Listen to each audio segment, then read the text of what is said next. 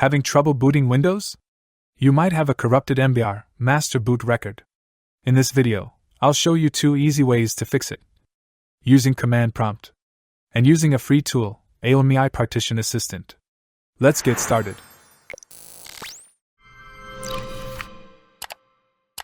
Go Settings Update and Security Recovery Restart. Now choose an option, then choose Troubleshoot Advanced Options command prompt. Now type the following commands: bootrex/fixmr, bootrex/fixboot, bootrex/scanos, bootrex/rebuild. Press enter after each line. This will repair the MBR, fix boot issues, and rebuild your boot configuration. Don't want to use command lines? Try AOMEI Partition Assistant. It's free and super easy. 1.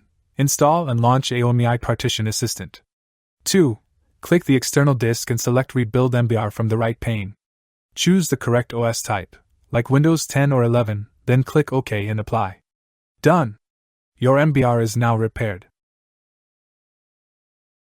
Thank you for watching here. See you in the next 2 videos. If you have any questions, please leave a comment or send us an email.